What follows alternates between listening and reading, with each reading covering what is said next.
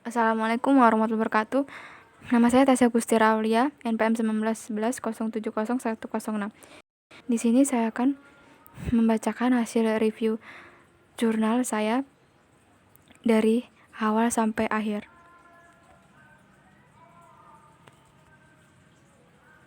Penelitian dan statistik. Pengertian penelitian merupakan cara ilmiah untuk mendapatkan data dengan tujuan dan kegunaan tertentu. 4 hal yang perlu dipahami lebih lanjut yaitu cara ilmiah, data, tujuan, dan kegunaan. Penelitian merupakan cara ilmiah. Penelitian didasarkan pada ciri-ciri keilmiahan yaitu rasional, empiris, dan sistematis.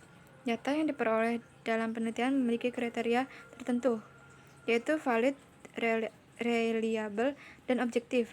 Tujuan penelitian secara umum bersifat penemuan, pembuktian, dan pengembangan. Statistik. Statistik deskriptif yaitu teknik statistik yang memberikan informasi yang mengenai data yang dimiliki dan tidak bermaksud untuk menguji hipotesis dan kemudian menarik referensi yang digeneralisasikan untuk data yang lebih besar atau populasi. Statistik deskriptif hanya digunakan untuk menyajikan dan menganalisis data agar lebih bermakna dan komunikatif, yang disertai penghitungan sederhana untuk memperjelas karakteristik data. Dan statistik inferensial, yaitu statistik berkaitan dengan analisis data atau sampel untuk kemudian dilakukan penyimpulan inferensi yang digeneralisasikan kepada seluruh populasi. Statistik inferensial untuk menguji hipotesis, baik hipotesis nol maupun hipotesis kerja, dan ada tidaknya hubungan perbedaan dan fungsi peramalan di antara data variabel yang diuji. Statistik pendidikan dan penelitian pendidikan. Statistik pendidikan adalah ilmu pengetahuan yang atau mempelajari tentang prinsip, metode, dan prosedur yang perlu digunakan dalam rangka penyajian penganalisaan bahan keterangan berwujud angka. Kemudian penelitian pendidikan adalah proses yang sistematis untuk memperoleh pengetahuan atau discovery knowledge dan pemecahan masalah atau problem solving. Pendidikan melalui metode ilmiah baik dalam pengumpulan maupun analisis datanya serta membuat rumusan generalisasi berdasarkan penafsiran data tersebut. Macam-macam statistik. Statistik deskriptif yang digunakan untuk menganalisis data dengan cara mendeskripsikan atau menggambarkan data yang telah terkumpul sebagaimana adanya tanpa bermaksud membuat kesimpulan yang berlaku untuk umum atau generasi. Kemudian statistik inferensial, teknik yang digunakan untuk menganalisis data, sampel, dan hasilnya diberlakukan untuk populasi. Kemudian statistik parametris, yaitu digunakan untuk menguji parameter populasi melalui statistik atau menguji ukuran populasi melalui data sampel. Dan yang terakhir, statistik non-parametris, yaitu bebas dari keharusan terpenuhinya syarat-syarat data berskala interval atau rasio syarat pengambilan data secara random, berdistribusi normal atau normalitas, dan syarat memiliki varian yang homogeni atau homogenitas, modal regressi linear, dan lain-lain. Dan distribusi frekuensi, pengelompokan data menjadi tabulasi data dengan memakai kelas-kelas data dan berkaitan dengan masing-masing frekuensi. Tujuan dari pembuatan tabel frekuensi adalah untuk mengatur data mentah atau belum dikelompokkan ke dalam bentuk yang rapi tanpa mengurangi inti informasi yang ada. Kelebihannya yaitu dapat mengetahui gambaran secara menyeluruh, kurangannya yaitu rincian atau informasi awal menjadi hilang. Kemudian interval kelas adalah selisih antara tepi atas dan tepi bawah dari suatu kelas, tapi bukan selisih antara batas atas kelas dengan batas bawah kelas. Tepi bawah kelas diperoleh dengan mengurangkan setengah kali satuan terkecil terhadap batas bawah kelas, sementara tepi atas kelas diperoleh dengan menambahkan setengah kali satuan terkecil terhadap batas atas kelas. Kemudian selanjutnya data statistik, yaitu himpunan nilai atau variate atau datum atau informasi lain yang diperoleh dari observasi, pengukuran, dan penilaian terhadap suatu objek atau lebih. Data kualitatif, yaitu diperoleh dari hasil pengamatan. Data kuantitatif, yaitu diperoleh dari kegiatan pengukuran atau penilaian. Cara menyusunnya, data nominal yaitu data statistik yang cara menyusunnya didasarkan pada klasifikasi tertentu. Contohnya seperti jumlah mahasiswa matematika 2015 sampai 2016 menurun tingkat dan jenis kelaminnya. Dan data ordinal dan urutan, yaitu data statistik yang cara menyusun angkanya didasarkan pada urutan atau ranking, contohnya seperti hasil nilai statistik berdasarkan ranking.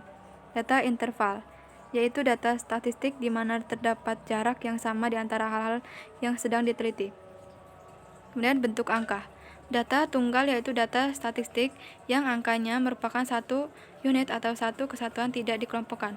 Kemudian data kelompok, yaitu data statistik tiap unitnya terdiri dari kelompok angka 80 dikurang 84, 75 dikurang 79, berdasarkan waktu pengumpulannya. Data seketika yaitu data statistik yang mencerminkan keadaan pada suatu waktu saja, contoh pada semester gangsal 2015 sampai 2016.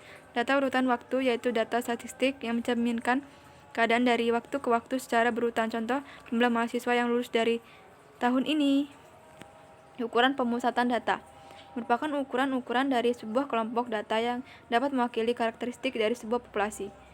Ukuran-ukuran tersebut diantaranya ada nilai rata-rata atau mean, yang kedua nilai yang sering muncul atau modus, yang ketiga nilai tengah atau median, dan yang terakhir ada kuartil, desil, dan persentil.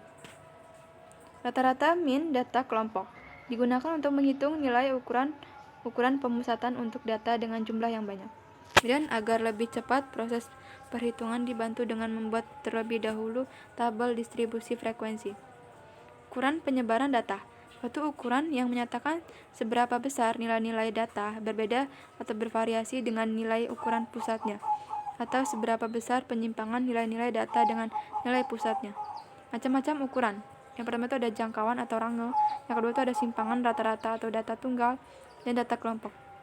Yang ketiga ada simpangan baku atau standar deviasi, atau data tunggal dan data kelompok. Keempat ada kuartil atau data tunggal dan data kelompok. Yang kelima ada persentil, yaitu data tunggal dan data kelompok. Yang keenam ada conversion variasi. Yang ketujuh ada angka baku, yaitu nilai standar. Populasi dan sampel. Populasi yaitu keseluruhan individu atau objek yang diteliti dan memiliki beberapa karakteristik yang sama. Sampel yaitu bagian dari jumlah dan karakteristik yang dimiliki oleh populasi tersebut. Bila populasi besar dan peneliti tidak mungkin mempelajari semua yang ada pada populasi, misalnya karena keterbatasan dana dan tenaga dan waktu, maka peneliti dapat menggunakan sampel yang diambil dari populasi itu. Syarat utama sampel representatif sampel apabila kecenderungan sampel yang mendekati keadaan genetik populasi. Kerepresentatifan sampel dipengaruhi oleh pertama homogenitas populasi, kedua jumlah sampel yang dipilih, ketiga banyaknya karakteristik subjek, dan yang terakhir ada adekuasitas teknik pengambilan sampel. Homogenitas populasi, aspek tempat atau geografis merupakan wilayah atau tempat subjek penelitian bertempat tinggal, yaitu provinsi, kabupaten, sekolah. Aspek subjek yaitu jenis kelamin, umur, rasial, pendidikan, kepribadian, sejarah, kehidupan, inteligensi. Itu aspek sosial yang mencakup kelas sosial, keluarga, dan lingkungan sosialnya. Probability sampling yaitu teknik pengambilan sampel yang didasarkan atau probabilitas bahwa setiap unit sampling memiliki kesempatan yang sama untuk terpilih menjadi sampel. Non-probability sampling yaitu teknik pengambilan sampel yang besarnya peluang anggota populasi untuk terpilih menjadi sampel tidak diketahui. Kolerasi adalah suatu alat analisis yang dipergunakan untuk mencari hubungan antara variabel independen atau bebas dengan variabel dependen atau tak bebas. Korelasi berganda yaitu apabila beberapa variabel independen atau bebas dihubungkan dengan satu variabel dependen atau tak bebas. Korelasi parsial yaitu apabila suatu variabel independen atau bebas berhubungan dengan satu variabel dependen tak bebas. Macam-macam kolerasi. Koefisien korelasi rank Spearman. Koefisien korelasi ini mengukur kedekatan hubungan antara dua variabel ordinal. Koefisien korelasi ini dinamakan atau koefisien korelasi Spearman yang disimbolkan dengan R kecil. Koefisien determinasi merupakan ukuran untuk mengetahui kesesuaian atau ketepatan antara nilai dugaan dengan data sampel. Convention determinasi didefinisikan sebagai berikut, adalah bagian dari keragaman total variabel tak bebas atau Y, variabel yang dipengaruhi atau dependen, yang dapat diterangkan atau diperhitungkan oleh keragaman variabel bebas atau X, variabel yang mempengaruhi dependen. Regrensi linear sering digunakan untuk melihat nilai prediksi atau perkiraan yang akan datang. Apabila X dan Y mempunyai hubungan, maka nilai X yang sudah diketahui dapat digunakan memperkirakan Y.